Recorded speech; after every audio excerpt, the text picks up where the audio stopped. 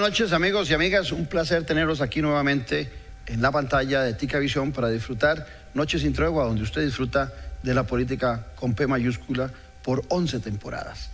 Hoy vamos a hablar de las perspectivas políticas que vemos en nuestro país y también retrospectivamente revisar qué ha pasado recientemente para analizar el futuro del país.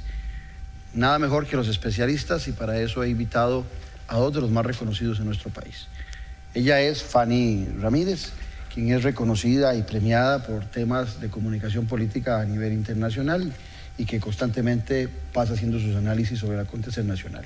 Pero también nos acompaña Mauricio Umaña, relacionista internacional, quien ha sido asesor legislativo, tiene su columna en el medio El Mundo y pasa también haciendo el análisis permanente de lo que acontece en nuestro país. Por decirlo de alguna manera, los tres somos fiebres de lo que pasa en la política nacional. A ambos, gracias por estar en Noches sin Tregua aquí con nosotros. Muchas gracias por la invitación, encantada de poder compartir un poco esa reflexión nacional de dónde estamos, hacia dónde vamos, que es tan importante para tomar decisiones todos a nivel social. Mauri. Igualmente, Claudio, agradecerte la invitación y qué alegría compartir también con Fanny este bello momento, y así es, ver nuestra realidad para proyectarnos para lo que viene. Eso es que estamos. Brindemos por el programa, por las navidades que arrancan y ya regresamos. Felices fiestas. Salud.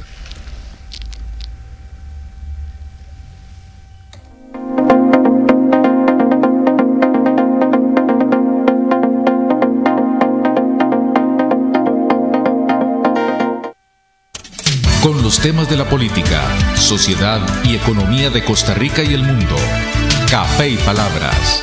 Lo que hay que escuchar del acontecer nacional con el politólogo Claudio Alpizar Otoya.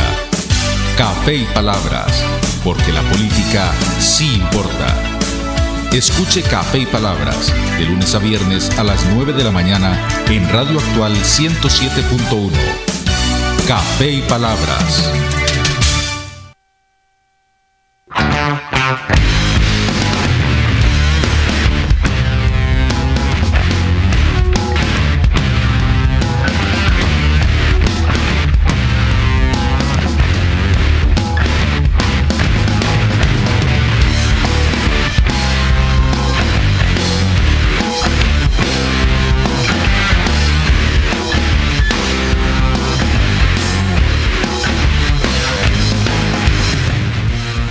Il Cestino Gourmet y la Trattoria di Oggi son la combinación ideal para disfrutar de un excelente menú y poder llevarse a casa esos exquisitos ingredientes de la buena mesa italiana. En la ya tradicional Trattoria di Oggi te brindamos los sabores de Italia, acompañando excelentes vinos de la campiña europea. Y en Il Cestino Gourmet tenés un mercado bien surtido, con finos ingredientes que utilizamos acá para que lleves a casa nuestra sazón y elabores tus platillos a nuestro estilo. Il Cestino Gourmet y la Trattoria di Oggi ponen a Italia en su mesa y en su casa. Editorial Jade le invita a que adquiera ya el libro El elefante, el liderazgo y la política con P mayúscula del politólogo Claudio Alpizar Otoya. Una lectura y manual del buen político. Un libro de consulta para quienes gustan de la política. Costo del libro 8,600 colones. Adquiéralo en la librería Internacional. Ahora también en la librería Universidad de Costa Rica.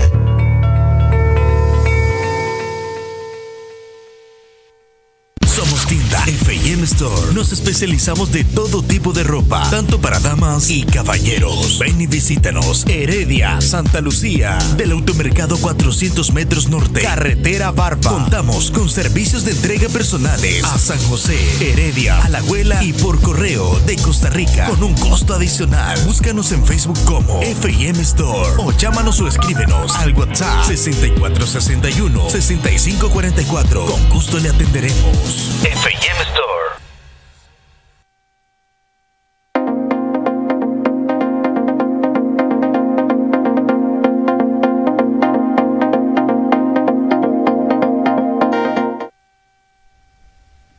Gracias por permanecer con nosotros y les recuerdo también para aquellos que en algún momento, por alguna razón, no pueden estar pegados a la televisión, que siempre el programa se transmite en vivo a la misma hora por nuestro canal en YouTube, para que tengan la oportunidad también de seguirlo por ese otro medio. Bueno, Fanny y Mauricio, ¿cómo, para empezar, hablando del país en general, no en las particularidades políticas de los partidos políticos, cómo sienten el ambiente sociopolítico de nuestro país? ¿Cómo lo perciben los analistas? ¿Es positivo, es negativo? ¿Hay motivos para estar optimistas con lo que viene? No sé, se los dejo a ustedes. Fanny. Bueno, primero que todo, esto es un año electoral, ¿verdad? Fue un año en el que hubo un cambio de gobierno muy importante, sobre todo por la mala percepción que tenía el gobierno anterior, y por supuesto que el cambio siempre trae esperanza a la población, trae ese ambiente del renacer que llamamos desde el punto de vista político, para volver a empezar. Es igual o podemos hacer una similitud con lo que es el cambio de año y las promesas que tenemos para año nuevo. Individualmente, pues un poco lo mismo se ve a nivel sociopolítico cuando hay un proceso electoral, cuando hay cambio de elecciones, hay un renacer, hay una esperanza de que las cosas mejoren.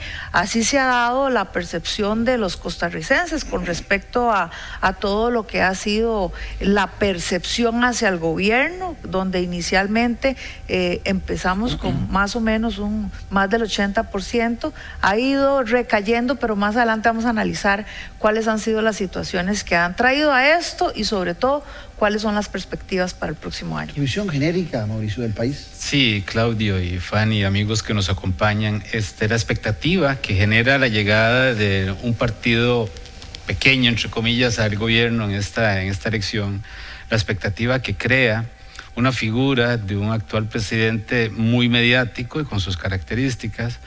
Yo la lectura que hago es que el gobierno integral tiene una responsabilidad muy grande. La mayoría de los costarricenses votaron por ese cambio que bien decía Fanny, y es una expectativa muy grande. Y la responsabilidad que le endosa la opinión ciudadana al gobierno como tal, también al presidente, es el de cumplir todo lo que prometió, porque si no cumple las promesas, la credibilidad que tiene el costarricense, porque no podemos negarlo, que la credibilidad que tiene el costarricense en sus líderes políticos, en primer lugar, y en los partidos tradicionales, está totalmente desgastada.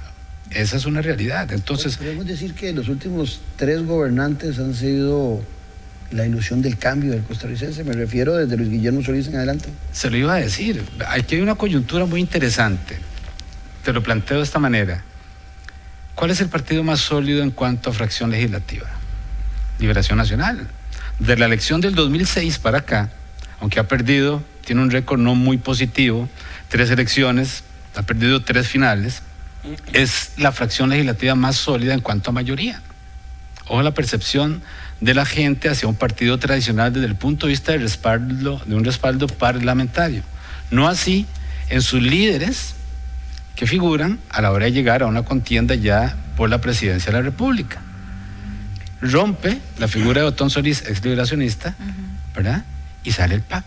Entonces la gente vuelve la mirada al PAC, no solo la gente que no es de un partido de X, sino en general. Era romper con el bipartidismo. Con el bipartidismo, y esa expectativa pues también sufrió un golpe muy fuerte con el anterior. Claro, sí, 4 procesos, ¿verdad? Bueno, recordemos la coyuntura en ese momento y por qué se da ese depósito de confianza al Partido de Acción Ciudadana.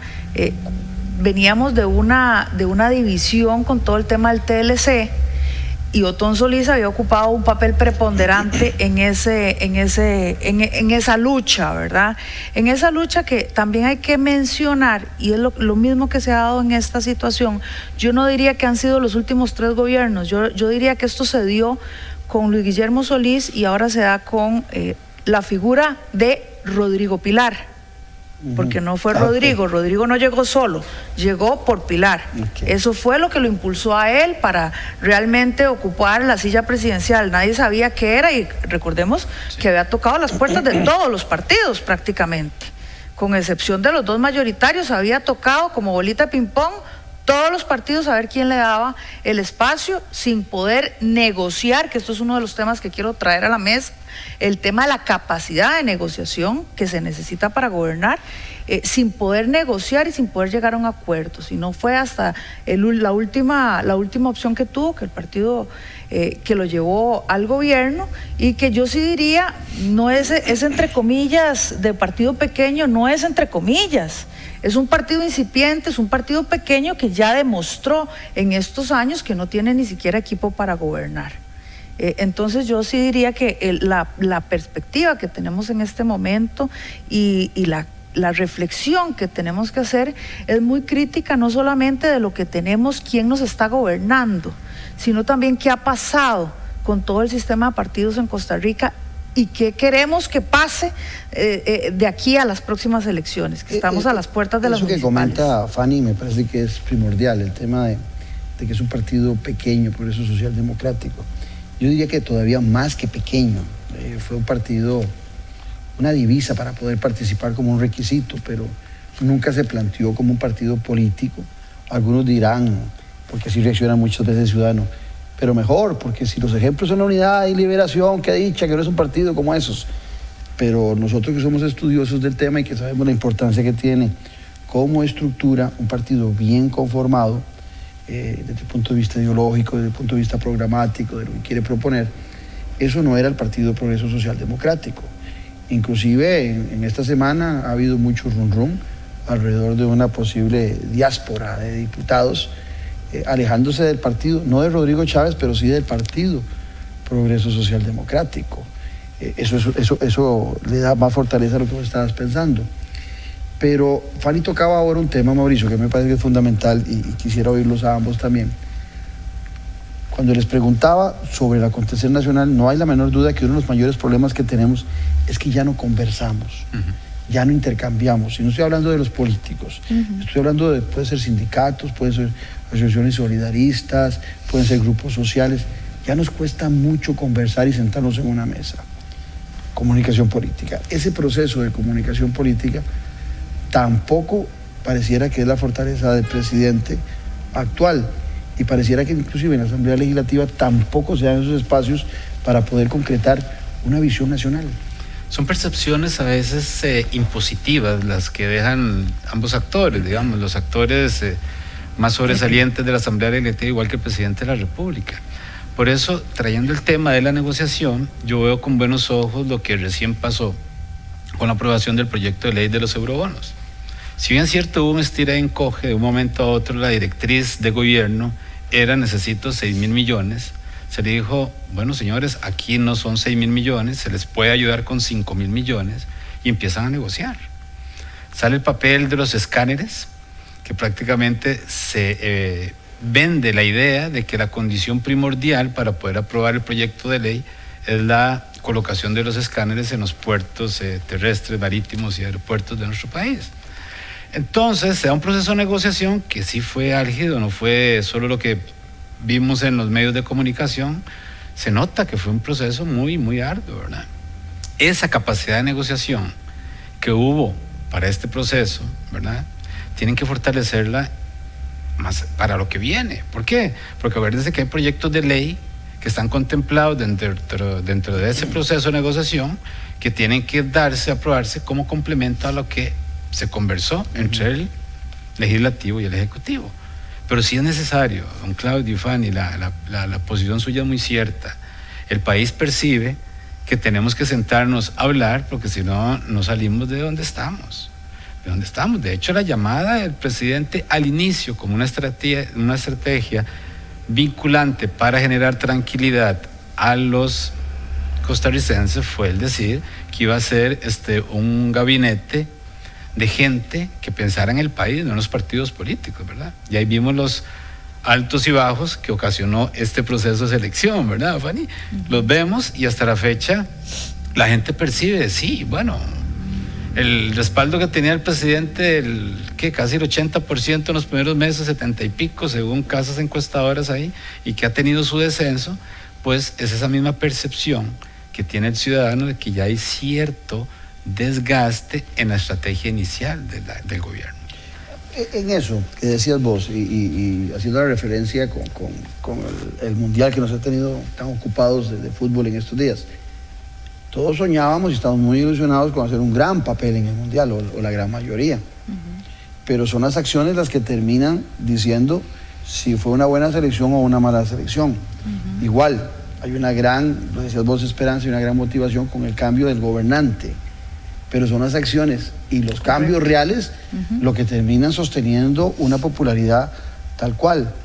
En 6 meses no se le puede exigir al presidente todos los resultados, pero sí se deberían evidenciar algunos resultados.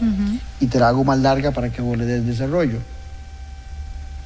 El tema de los eurobonos que vos tocabas. Nunca hubo conflicto para aprobar los eurobonos. La diferencia era si eran 1.500, 3.000 o 5.000 o 6.000 y cómo se daban. Porque en esa Asamblea Legislativa hay una identificación con la visión economicista del presidente de la República.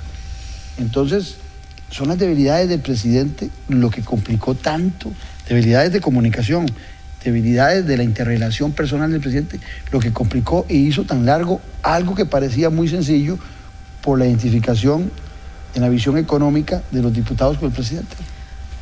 Vos acabas de hablar varios temas que a mí me encantan. Primero, la política debería ser acción y no palabras. Estamos acostumbrados a una retórica barata de la política, incluso tecnificando la política cuando la política es la convivencia que tenemos y las reglas del juego. Pero nos hemos encargado de ponerlo tan complicado para que la gente, entre comillas, no entienda o ni siquiera se involucre. Y entonces los partidos políticos siguen siendo esos pequeños clubes de liderazgos enquistados donde no prestan la bola para jugar, para decirlo clarito. Con respecto con el fútbol que vos hablabas, hay tantas similitudes con la política, empezando por la mediocridad de quienes están ahí y no sueltan la bola. Porque tenemos nosotros en este momento, tenemos deportistas, tenemos futbolistas que realmente ya no deberían de estar ahí.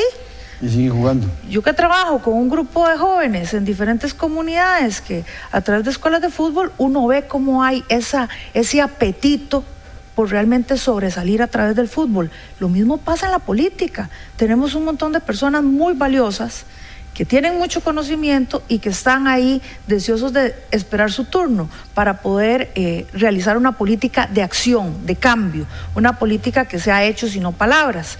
Con los eurobonos estuvo más que servida la mesa, o sea, eso estuvo más hablado que, bueno, prácticamente al nivel de la elección del directorio legislativo.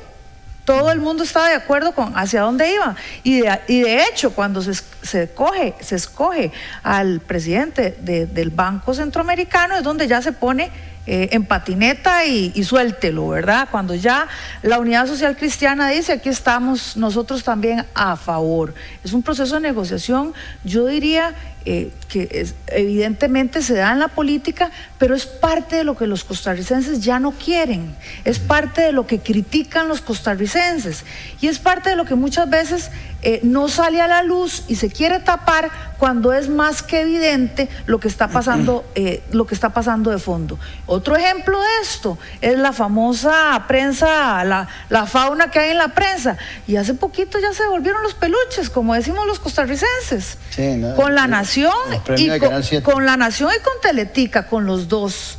Ya el discurso que había sobre ese tema ya lo pusieron debajo de la mesa, ya pasó todo el proceso electoral y aunque a veces no es tan evidente para todas las personas que siguen la política, a mí sí me gusta dejarlo latente. Aquí ya para el segundo periodo vamos a tener una relación con la prensa muy diferente de ese show mediático que se inventó el presidente para poder tener un poco de popularidad.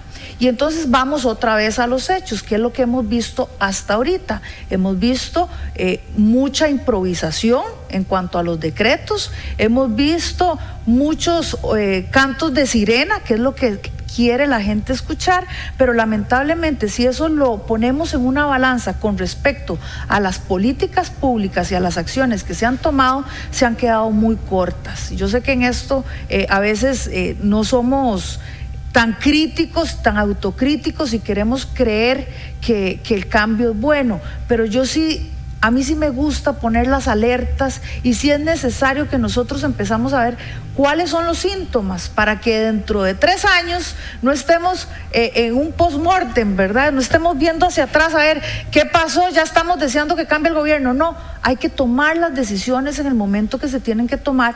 Tenemos que involucrarnos más en la política. Vienen las elecciones municipales y es necesario que empecemos a asumir un papel más beligerante como ciudadanos para realmente promover ese cambio que queremos. Es difícil a veces hacer estos análisis, como lo estamos haciendo hoy, cuando no tenemos una hoja de ruta clara del gobernante de turno. Los primeros 100 días eran muy complicados porque el presidente estaba muy comprometido con algunos eslogans y algunas frases que emitió en campaña electoral y parecía que quería cumplir rápidamente con esos eslogans y con esas premisas que había pronunciado, pero no teníamos una hoja como para poder analizar si se iban haciendo las cosas correctamente. Llegan los 100 días y en el discurso de los 100 días el presidente nos empieza a clarificar algunas cosas, como su proyecto de la marihuana para hacerla de consumo libre, su proyecto de vender el Banco de Costa Rica, el LINS. Entonces como que se vio un poquito más. Estamos cumpliendo 7 meses en esta semana. Entonces, ¿sobre la base de qué deberíamos estar nosotros comparando o sacando conclusiones del gobierno de Rodrigo Chávez si no tenemos esos documentos y si no tenemos esa hoja de ruta?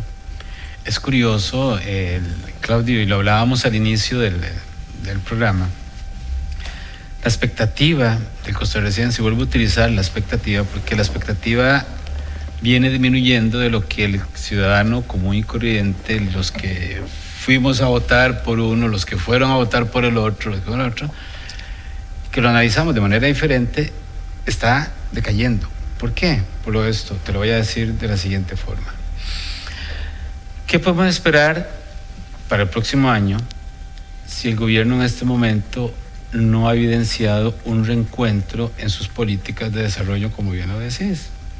Yo estaba conversando con una persona la semana pasada, inversionista, que dice que no tiene seguridad para aumentar las inversiones que tiene ahorita en Costa Rica, a pesar de que tenemos un índice, según el censo más reciente, el 12% del desempleo, pero también tenemos el Estado de la Nación, el informe más reciente, donde dice que la igualdad social en Costa Rica tuvo un retroceso. Exacto. Entonces, si evidenciamos que tenemos esa realidad, que si son un documento, es un insumo suficiente para crear esa hoja de ruta que bien dice Claudio, que no la tenemos clara. No la tenemos clara. Entonces, ¿qué es lo que espera o esperamos todos para el otro año? Que esos matices que dio en el informe de los 100 días se lleguen a concretar. Difícil, fácil, no sé, pero hay que negociar. Hay que negociar y hay que hacerlo, porque bien lo dijo Fanny también y lo hablamos también al inicio, entramos en un año preelectoral. Aquí hay partidos que tienen que ver si realmente el poder que tienen ahorita o la representación legislativa que tienen, la tienen en sus bases. El PLP, el Partido Progreso Social Democrático, el mismo Partido Nueva República, tienen que ver si eso entra en como tiene que ser. Pero sí es necesario encauzar la política de desarrollo. Te repito, hay índices que generan cierta tranquilidad, ¿verdad? Pero incluso los porcentajes de los intereses, que ya la gente puede hablar un poquito más tranquila, porque si estábamos con la idea de que era mejor guardar la plata debajo del colchón hace un año atrás, ahora por lo menos ves que hay una rentabilidad arriba del 4 o el 5% en que ustedes guardan, pero sí es necesario, ¿verdad? Pero ¿cuándo le deberíamos estar exigiendo en ese proceso de intercambio, de comunicación al gobierno de turno, resultados? Ahora que hablábamos de acciones y resultados. Y te lo pregunto porque la gente tiene un decir de que apenas se están acomodando, no le pidan al gobierno. Bueno, ya vamos para 7 u 8 meses de gobierno, ¿y cuánto tiempo hay que darle? Esa es una de las preguntas que te hago vos como comunicadora política. Y la otra, que va en la misma línea, es el otro tema que la gente siempre dice: es que ustedes quieren que el presidente, el que sea, porque lo repiten para y para los anteriores, siempre la misma historia, quiere que solucione los problemas heredados. No es cierto que cuando uno propone su nombre para gobernar o para ir a la Asamblea Legislativa, uno sabe lo que se va a enfrentar. Claro. Y Fanny, hay problemas heredados, pero también hay cosas extraordinarias heredadas. Pero si uno tiene problemas heredados, se supone que uno sabe cuáles son las alternativas que tiene para solucionarlos. Y voy a otro tema. Vos hablabas del Plan Nacional de Desarrollo. Yo lo pongo en términos más sencillos. ¿Cuánto tiempo tenemos de estar pidiendo reactivación económica? ¿Cuánto hemos dinamizado el sector económico en este país? ¿Cuánto se va a tardar? A ver, no es economista. No se supone que más allá de los diagnósticos tiene la capacidad, o por lo menos eso fue lo que prometió, que íbamos a tener una reactivación económica. Eso no lo tenemos. Entonces, para mí sí tenemos asuntos muy palpables en los cuales podemos medir la gestión de gobierno. Y con respecto a la comunicación política, yo siempre he dicho, la comunicación política sin materia prima no hace nada más que sostener una crisis, que es lo que en este momento estamos viviendo. En este momento donde tenemos una persona que está, yo diría que incluso abusando en este momento ya de lo que es su relación con las personas. Incluso la última vez que hicieron el anuncio de que iba a tener un WhatsApp para estarse comunicando con todo el mundo, eso me parece un insulto a la ciudadanía, porque un presidente no tiene que estar chateando con la gente, tiene que estar trabajando.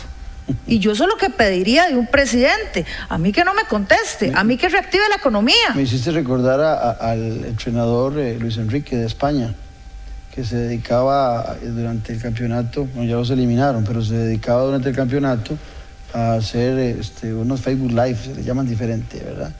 Y la gente le pedía en España que se dedicara a entrenar a la selección. Claro, pero además es obvio que no va a ser él el que está contestándole a las personas, es obvio que hay un equipo de trabajo contestando ese WhatsApp. Entonces, no solamente es un insulto a las personas, sino que también es un poco tergiversar lo que es la comunicación política, es un poco no tener claro que lo que se tiene que hacer desde el punto de vista de comunicación política es poder explicarle a la gente cuáles son los recursos, qué vamos a hacer, para qué lo vamos a hacer y cuáles son las prioridades a la hora de gobernar. Ahí sentado donde estaba Mauricio, el presidente de la República, cuando era candidato en la segunda ronda electoral, y yo le hablé de que solo eran 17 ministerios, que esa era la primera decisión que tenía que tomar para que el Estado se viera más pequeño, y le hablé de que el Ministerio de Comunicación no existía, que eso era un decreto, que no tiene ley orgánica, ni tiene personal. Sin cartera. Pero a pesar de eso, él empieza con Ministerio de Comunicación. Recientemente nombró a una encargada de prensa y dijo que no iba a haber Ministerio de Comunicación, y repitió lo que yo le dije aquí en el programa, que no tiene ley orgánica, que no tiene salario, que no es necesario que exista el Ministerio de Comunicación. Esas posiciones, porque si los echamos para atrás, Carlos Alvarado también corre a poner un Ministerio de Comunicación cuando está en un hueco, lo hizo Laura Chinchilla, lo hizo Guillermo Solís.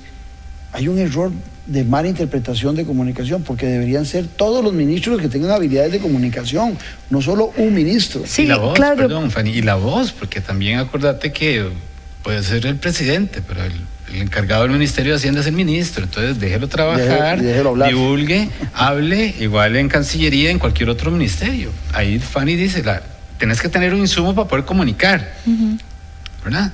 Entonces, esa posibilidad de comunicación tiene que tenerse igual para todos. ¿Qué hablamos cuando analizamos los 100 días? ¿Dónde están los reflectores ahorita? ¿Dónde manejan los reflectores? Pero irá a cambiar el presidente ahora en las conferencias de prensa, porque ya tiene una encargada de prensa. ¿Será que él, que estuvo haciendo de ministro de Comunicación en esas actividades, se va a poner en otra posición, va a dedicarse más a la oficina, a trabajar más? ¿Será que el presidente ya se acercó dándole un premio a los dueños de Canal 7, como queriendo sacar el discurso de la prensa canalla, ya dejándolo a un lado? ¿Qué te imaginas vos en el tema de comunicación que va a ser un cambio el presidente desde ahora. Para mí lo que está claro es que no tiene ni idea lo que es la comunicación política. Y no solamente este gobierno, sino los que lo han antecedido. Y han sido los principales problemas que se ha tenido a la hora de la gestión de los diferentes gobiernos. Empezando por Laura Chinchilla, Luis Guillermo Solís, ha sido un común denominador. Carlos Alvarado, que nombró a una de sus mejores amigas para ocupar el puesto. Cuando vos te das cuenta que lo que tenemos ahí es un periodista, sin menospreciar, pero es un tema de que la prioridad es la prensa y no la gestión de la comunicación en general como un insumo y como una materia que le da ese motor a la parte política, como esa herramienta de negociación, como esa herramienta de vínculo. Entonces te das cuenta que efectivamente, es más, para empezar, un ministerio sin cartera lo que le están diciendo es: necesito el nombre nada más. Cuando en otros países que son mucho más desarrollados en el tema político, en el tema de la comunicación política es el puesto más importante después del presidente, porque es quien está manteniendo todo el vínculo, toda la esencia de qué se está haciendo, cómo se está haciendo y cómo se están priorizando los recursos, porque ya sabemos que los recursos nunca van a alcanzar para todo, para todas las prioridades, pero sí se tiene que tener claro cuál es la hoja de ruta y cómo se va a comunicar a los diferentes sectores, cómo se van a armonizar esos sectores. Eso no se hace. Y la prueba más fehaciente de esto son las benditas mesas de diálogo, que lo que promueven es precisamente ese diálogo entre los diferentes sectores, y nunca se ha tenido en la historia de este país un resultado que realmente alabemos de las mesas de diálogo. Apagamos incendios con las mesas de diálogo cuando hay protestas sociales, y esas protestas sociales y esa falta de diálogo entre los diferentes sectores lo que evidencia es un gobierno o diferentes gobiernos que no se han sabido comunicar con los diferentes sectores. Claudia, en ese tema, perdona, ahí el seguimiento, lo que dice Fanny, concuerdo totalmente. Cuando usted llega y establece un proceso de negociación, una mesa de diálogo y demás, el seguimiento aquí es nulo y no es de ahora. Vos lo sabes mejor que cualquiera de nosotros acá. No se les da el seguimiento adecuado. Pero en eso, vos tenés una gran experiencia en el tema de la Asamblea Legislativa. Y Fanny decía ahora, hablaba de comunicación política. El mejor escenario para el desarrollo de la comunicación política es en la Asamblea Legislativa, donde hay en este momento 6 partidos representados. Hablábamos de cómo se le complicó al presidente en algo que todo el mundo estaba de acuerdo, excepción del Frente Amplio, los eurobonos, cómo se le complicó y se le llevaron tantos meses en algo que con una buena gestión se hubiera solucionado en 15 días, arrancando el gobierno el 8 de mayo, para finales de mayo debe haber tenido eso ya listo. Ahora bien, aquí viene la consulta. En esa Asamblea Legislativa estamos ante un ministerio de la presidencia bicéfalo, donde Natalia Díaz es la ministra de la presidencia, pero para los diputados, para sus gestiones, y esto me lo han dicho varios diputados, tiene nombre y ellos apellidos. Buscan a Pilar Cisneros, claro, y no a la ministra de la presidencia, que es Natalia. ¿Es un ministerio bicéfalo o hay debilidades en el ministerio de la presidencia para ese primer escenario, que es mucho más amplio en comunicación política, es más allá de la Asamblea Legislativa? ¿Cómo ves ese tema? Totalmente de acuerdo. Mire, ¿cuál es la labor del ministro de la presidencia? Obviamente jefe de gabinete. Eso es, la figura del primer ministro que hablábamos nosotros. Exactamente. Eso es. Tenés que estar en contacto con quien, no solo con la Asamblea Legislativa, que es muy importante, porque es el que hace las leyes y que nos va a aprobar. Pero lo demás, los sectores sindicales, los diferentes ministerios, todo, a pesar de ser del mismo ejecutivo, tiene que haber contacto. La figura de doña Natalia, lamentablemente, al inicio le dieron mucha importancia a la hora de involucrar en los procesos de selección de los miembros del gabinete y demás, y sacó un poquito la cabeza doña Natalia ahora al final del proceso de negociación de los eurobonos. Pero la que tiene la batuta de la representación del gobierno en la Asamblea Legislativa es la actual jefe de fracción del partido de gobierno. De eso no hay duda. Y hay muchos sectores, yo no sé si esto lo podremos evidenciar más adelante, la mayoría de gremios o de grupos sociales del país, entre esos los sindicatos, se han reunido más con la jefe de fracción del partido de gobierno que con la misma ministra de la Es presidencia. la propia naturaleza Pero de cómo se llegó al poder. A eso voy yo, a eso voy yo. Eso te iba a decir. Entonces, ¿cómo llegamos al poder? Una impulsividad en el voto. ¿De cuándo está votando el tico por impulsos? Fanny? Toda la vida, pero el voto es así. Pero el voto- aquí en China la conchinchín. Bueno, en China no. Pero Pero es que interesante, porque nos decía al arranque, Fanny, se hablaba del gobierno Rodrigo Pilar, decía. Sí. Entonces, O Pilar Rodrigo, creo O que Pilar Rodrigo. sería lo correcto. bueno, pero interesante, te lo digo por esto, porque Natalia Díaz ni siquiera votó por el presidente de la República en primera ronda. Tal vez en la segunda ronda, ya cuando había un acuerdo entre ambos. ¿Es un tema de confianza del presidente con Pilar Cisneros, diputada, o es un tema de que Pilar, por ella misma, ante la opinión pública, está mucho más empoderada que Natalia? Está posicionada. Doña Natalia tiene sus cualidades, una mujer muy inteligente, conoce ciertas partes muy bien del manejo de la Asamblea Legislativa, fue diputada, su mamá fue diputada, pero la solidez y el respaldo de la opinión pública la tiene doña Pilar Cisneros. Y vos apuntabas la relación entre Pilar y Rodrigo. O sea, evidentemente hay una relación de confianza que se cultiva desde el proceso electoral. Yo pienso que el presidente Chávez tiene claro que ¿Será fue confianza o fue miedo su- de Rodrigo Chávez? fue a su Pilar Cisneros? carta para llegar ahí, o sea, él lo tiene claro que fue su carta para eso. Yo creo que Pilar tiene un sentido de darle la cara a la gente que no se la puede jugar. Eso es cierto. Yo creo que ahí, en cuanto a la Asamblea Legislativa y la relación que hay en la Asamblea Legislativa, yo he dicho muchas veces, hay dos gallos y un montón de pollitos que siguen en campaña, empezando por quienes estuvieron con doble postulación, ¿verdad? Que todavía están con la mente en otra cosa y no haciendo su trabajo en la Asamblea Legislativa. Pero en el caso de Pilar, para ella sí es muy importante desde su reputación, me parece a mí, y es parte del manejo que hace de la comunicación y de su gestión en la Asamblea Legislativa, cómo la gente la percibe, porque también tiene muy claro que la percepción da poder y que en este caso el poder desde la Asamblea Legislativa no en vano negoció el primer lugar por San José y no ningún ministerio.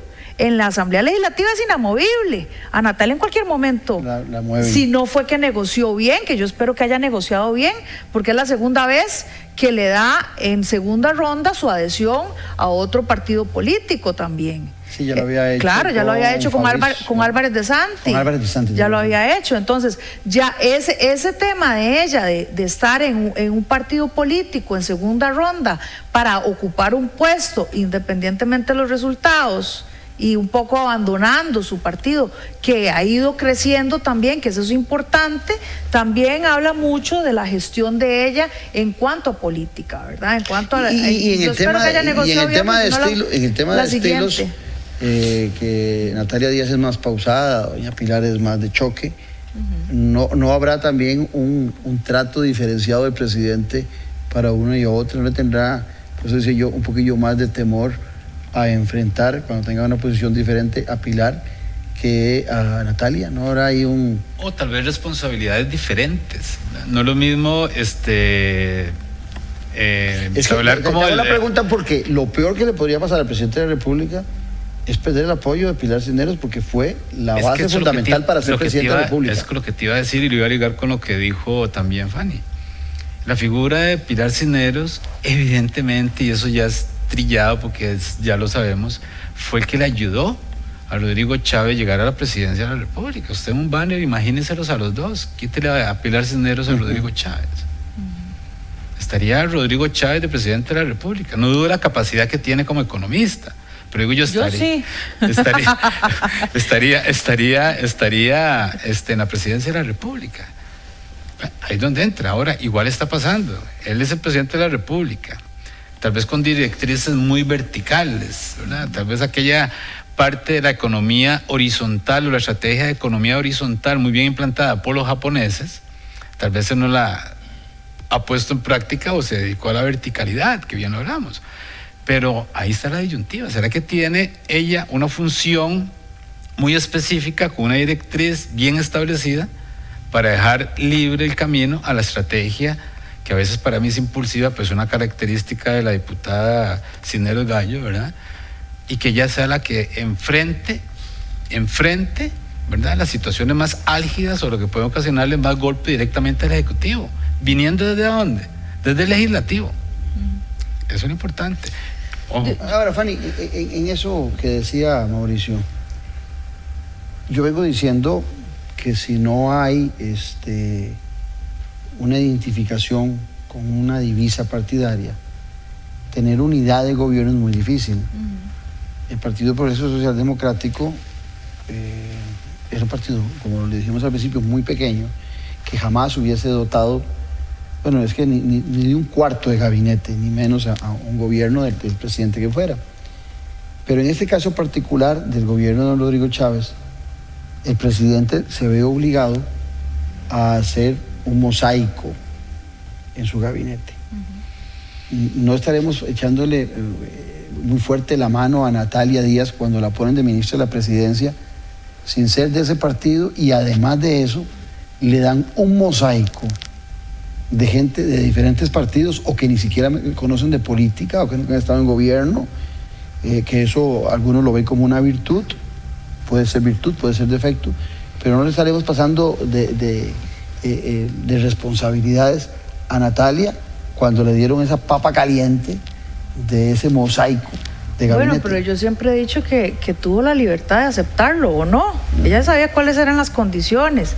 Y en esto yo sí creo que desde las decisiones políticas que se toman, hay que ser responsable con lo que se está asumiendo, el reto que se está asumiendo. Ahora bien, a mí sí me interesa aquí, más allá de hablar de las relaciones o especular cómo están las relaciones entre ellos y evidentemente el poder que hay. Yo hasta el momento no he escuchado ninguna declaración en que Pilar esté en contra de Rodrigo o viceversa. Eso es como un buen matrimonio. Exacto. Si se vale la comparación. Sí, es la percepción. Entonces, hasta el momento ellos están muy bien orquestados, aunque haya gente del gabinete o haya gente dentro de la fracción que no estén de acuerdo. Ahí siempre hay una buena yunta que va parejito, ¿verdad? Y que eso de una u otra manera los blinda con todas las críticas que podrían aparecer de las voces disidentes sociales. Y la diputada Cisneros, hasta en cosas imposibles de defender, ha defendido al presidente. Claro, y eso es importantísimo, y siendo una mujer, ¿verdad? Pero bueno, a mí que me interesa hablar del costo de la vida, que fue una de las promesas. Tenemos el costo de la vida más alto. Por eso dudar de las capacidades económicas del presidente. Claro, en los últimos 24 años, y no se ha visto ningún tema que realmente nos lleve o nos oriente a que el costo de la vida va a bajar, como lo dijo anteriormente, como lo prometió en campaña. El costo de la vida más alto en los últimos 24 años. Y esto también es importante, ¿por qué? Porque cuando nosotros hablamos, la economía está mejorando. ¿De cuándo acá? ¿De la pandemia para acá? No se vale comparar. Estamos hablando de un año para acá. No se vale comparar que la economía mejora con relación a la pandemia, porque eso fue una coyuntura particular. De hecho, la reactivación que tenemos ahorita previa es porque se dio la apertura post-pandemia. Obviamente tiene que haber una reactivación, más empleo, la gente vuelve a comprar, vuelve a circularle el dinero, pero es una reacción como lógica, ¿verdad? Después de tener nos tuvieron así, es natural, es una reactivación casi que natural. Exacto. Entonces, el costo de la vida, el tema de las brechas sociales que se está generando, el tema de la desigualdad, y un tema muy importante que yo vengo haciendo es el tema de seguridad en el país. El tema de cómo ha permeado el narcotráfico en este país y cómo en las comunidades rurales, en las comunidades costeras, esto ya está siendo un modo de subsistencia. La situación que estamos viendo en el país y las decisiones que se tienen que tomar, ahora sí, a nivel política, y yo diría que tanto en la Asamblea Legislativa como el presidente de la República con sus chats y con sus apagaincendios que hace, ya deberíamos de enfocarnos a 7 meses del proceso electoral en las situaciones más serias que tenemos que enfrentar. Y a mi juicio serían esos 3. Fanny, pero el presidente tiene, aún bajando un poquito como bajó en la percepción ciudadana, Mauricio, tiene el presidente una popularidad, un aprecio ciudadano que es alto, que supera el 65%. O sea, el presidente tiene terreno fértil para hacer y lograr consumar ese apoyo y todavía más si hace esas transformaciones que dice Fanny, o sea, si muestra acciones. A la fecha pareciera que el gobierno es mucho ruido y pocas nueces. Lo que tiene que hacer es mantener una sana expectativa, no especulativa, como lo dijimos hace un rato, ¿verdad? ¿Cómo se logra eso? Les vuelvo a poner el ejemplo de los escáneres. Mucha gente, el discurso de que el escáner va a servir para fortalecer la soberanía del país, que si bien es cierto, si es tal cual describió la tecnología que tienen los escáneres, pues evidencia que es una tecnología. El presidente se comprometió a tenerlos instalados en todos los puntos. Exacto, del incluso país. De ese proceso me alegra, y eso es una perspectiva que tengo yo a futuro, que sacara, como te dije hace rato, sacara un poquito de la oscuridad a RACSA, que es un brazo muy importante de una institución muy consolidada en el país, que es el ICE. Acuérdate que vienen, son hermanitos, ¿verdad? Muy bien establecidos, que sea RACSA el que administre la tecnología y todo el proceso de la instalación de escáneres y operación de escáneres, porque la seguridad nacional, enfocado desde el punto de vista de lo que es el acto criminal del narcotráfico, ya que nos golpea desde hace muchísimos años, no es de ahora, ¿verdad? Es necesario empezarles a decir, mire, darles, como decía mi tía Ángela, un estate quieto, y ojalá esto en el relato y el discurso que nos informa miércoles a miércoles la Presidencia de la República, pues eso genere una expectativa sana, porque usted puede tener expectativa, pero no puede ser sana, porque la fuente no es creíble. Pero ahora, el presidente logra llegar a ser presidente aprovechando esa olla de presión social que hay en todo el país, en las zonas rurales, en las zonas costeras, y eso lo lleva a ser presidente de la República. Tiene un compromiso grande con esos sectores. Por otro lado, ¿hasta cuándo, Fanny, las cámaras empresariales, si no se dan esos resultados económicos, van a esperar para empezar a hacerle crítica al gobierno? ¿O hasta cuándo los mismos sindicatos que ya se calentaron con el tema del aumento salarial en la Caja Costarricense de Seguro Social, aprobado en el 2019 o principios del 2020, ya pareciera que empiezan a darse algunas fisuras de grupos que no están muy a gustos con algunas gestiones por la falta de acciones del presidente?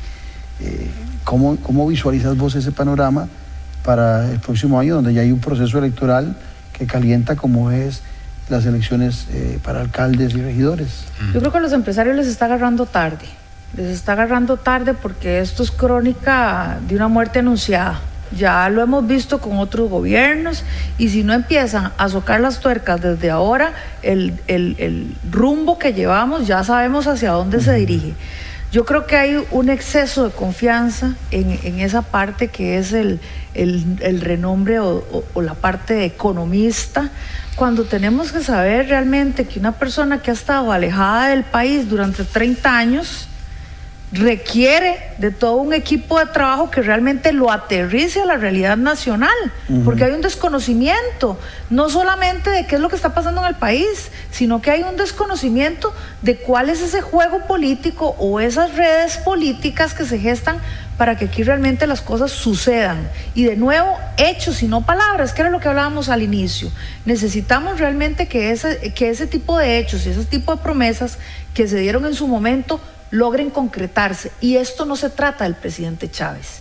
Esto se trata de que si no logramos realmente que esta democracia empiece con buen ritmo, se va a seguir creyendo en mesías que vienen a resolver los problemas nacionales a nivel político, y los mesías políticos no existen. Ese es un temazo, eso que está tocando, claro, Fanny, que está la pérdida de la esperanza de la gente, ¿verdad? Y lo uno, por eso hace un rato comentaba lo siguiente: la figura de cada ministro, la figura de cada presidente ejecutivo de diferentes entidades autónomas tiene que darse a conocer, tiene que decir, bueno, aquí está esta propuesta, el ICE necesita tal cosa, tal institución el otra, el INSS va a vender un porcentaje por esto, que cada quien dé su relación directa de la gestión a la ciudadanía.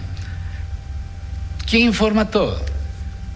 Los miércoles a miércoles el presidente informa, pero llama a cada uno de los ministros, pero es después de que él obviamente emita un criterio o una opinión de lo que se hace. Eso está bien, porque tiene que haber una cabeza, pero los hechos que dice Fanny muy bien, uno tiene que decir y hacer, decir y hacer, decir y hacer. Eso es muy... Pero sí falta. Y ya para cortarlo aquí, y te lo digo de esta manera, para el próximo año, ¿cuál es al menos la esperanza que al menos yo tengo? Porque sí, bien lo dijiste vos y retomo tus palabras, son 7 meses, tampoco vamos a pretender que en 7 meses el presidente de la República, o hablemoslo así, el gobierno de la administración Chávez de Robles tenga resuelto varias cosas en 7 meses, pero sí por lo menos que nos dé esa sana expectativa, ¿verdad? De que está arrancando. Exactamente. Pero veamos, el presidente comete algunos, vuelvo al tema de la comunicación, el presidente llega en una conferencia y ataca a los pensionados de lujo y da nombres, y entre ellos dice Guillermo Malabasi, y después lo nombra en el Consejo Superior de Educación a don Guillermo Malabasi, a ese que él, dando el nombre, lo atacó porque les dijo que tenía una pensión de lujo. El presidente ataca con prensa canalla, principalmente enfocado en La Nación y en Teletica, y le da el premio a la libertad de expresión, que es un premio que da el presidente, no lo da, no hay ninguna organización, no hay una junta que delibere para ver quién es, no, es una, y eso lo dijo el presidente, es una decisión de él, se lo da a Canal 7. El presidente de la República dice en estos días que le va a exigir democracia y respeto a los derechos humanos a Nicaragua, y cuando se le pidió que no votara a favor del secretario nicaragüense que proponía Daniel Ortega para el SICA, el presidente hizo caso omiso a eso y lo escogió. Entonces, ese tipo de contradicción... Le faltó lo de los diputados, que también arremetió directamente contra los diputados con nombre y apellido en su momento, que también es un ataque directo al primer poder de la República, ¿verdad? Y sin sustento en su momento, ¿verdad? Solamente por estar en contra de ellos. Hay una frase de Ralph Waldo Emerson que dice: lo que haces habla tan fuerte que no puedo escuchar lo que dices. Yo quisiera o me gustaría que estos síntomas que estamos viendo en el gobierno los pudiéramos ver de manera autocrítica. A nadie le gusta perder, a nosotros no nos gusta que nos hayan metido 7 goles España y celebramos cuando España queda fuera del Mundial, no nos gusta perder, pero desde el punto de vista de responsabilidad ciudadana, sí es importante que nosotros tomemos en cuenta y que nosotros analicemos cuando los síntomas de una enfermedad como es la democracia se están empezando a ser visibles, porque es el momento de atacar la enfermedad, es el momento de estar ahí pendientes, es el momento de asumir una posición crítica, y es el momento de exigirle a las autoridades políticas que están ahí para representarnos, porque al fin y al cabo los diputados nos están representando, el presidente de la República tiene que representar a los diferentes sectores, pero si los sectores que tienen poder hacen un paso atrás y se concentran únicamente en su día a día, quienes ponen las reglas del juego lamentablemente no están pensando en qué es lo mejor para la ciudadanía, están pensando, y ya lo hemos visto durante muchos años, en cómo permanecer enquistados en el poder. Mauricio, se nos va el programa. Claro. La gente se desilusiona de la unidad y los castiga 5 años fuera del Ejecutivo. La gente se desilusiona de Liberación y los castiga 3 procesos electorales fuera del Ejecutivo. La gente se desilusiona del PAC y los castiga no dándoles ni un solo diputado en la Asamblea Legislativa actual. ¿Qué pasa si el Partido Progreso Social Democrático desilusiona nuevamente a la ciudadanía dentro del marco de ese daño que se le hace a la democracia? ¿En qué escenario podríamos estar?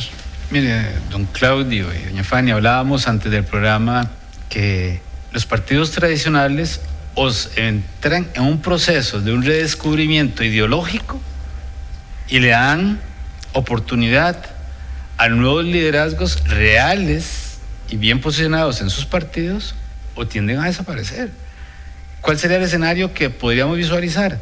Nuevos partidos con ideologías olvidadas. Punto. Yo veo gente que ha estado en otros partidos, tal vez posicionados en nuevos partidos. Pero no ese es el caso del Progreso Social Democrático. No, Progreso Social Democrático fue un caso muy curioso, un partido que llevó al poder a una persona sin estructura. Porque eso te decía al inicio que conversamos, porque viene un año preelectoral, ahí va a ser la prueba de fuego para el PLP, para el Partido Progreso, a ver si el partido de gobierno, a ver si tienen la estructura para pelear en las elecciones municipales. Ahí se va a evidenciar si es un partido sólido, si no es tan sólido, y punto. Es una prueba. Entonces, ¿qué visualizo yo ante tu pregunta? Eso. Tenemos muchos partidos políticos inscritos, 100 y pico, ¿verdad? Según el registro del Tribunal Supremo de Elecciones. O sea, seguiremos en esa cambiadera sin ton ni son. Fanny, tu cierre. Sí, lo más preocupante es cómo la gente deja participar políticamente, haciendo que la silla que nunca estaba vacía en política sea ocupada por los mismos de siempre, buscando los intereses de unos cuantos, que ya lo hemos visto en repetidas ocasiones y que lamentablemente el presidente Chávez nos acaba de dar un ejemplo muy claro de eso con todo lo que pasó con Taboga y el etanol y el azúcar. Así que yo, de mi parte, lo que sí creo es que cada vez tenemos que participar más políticamente.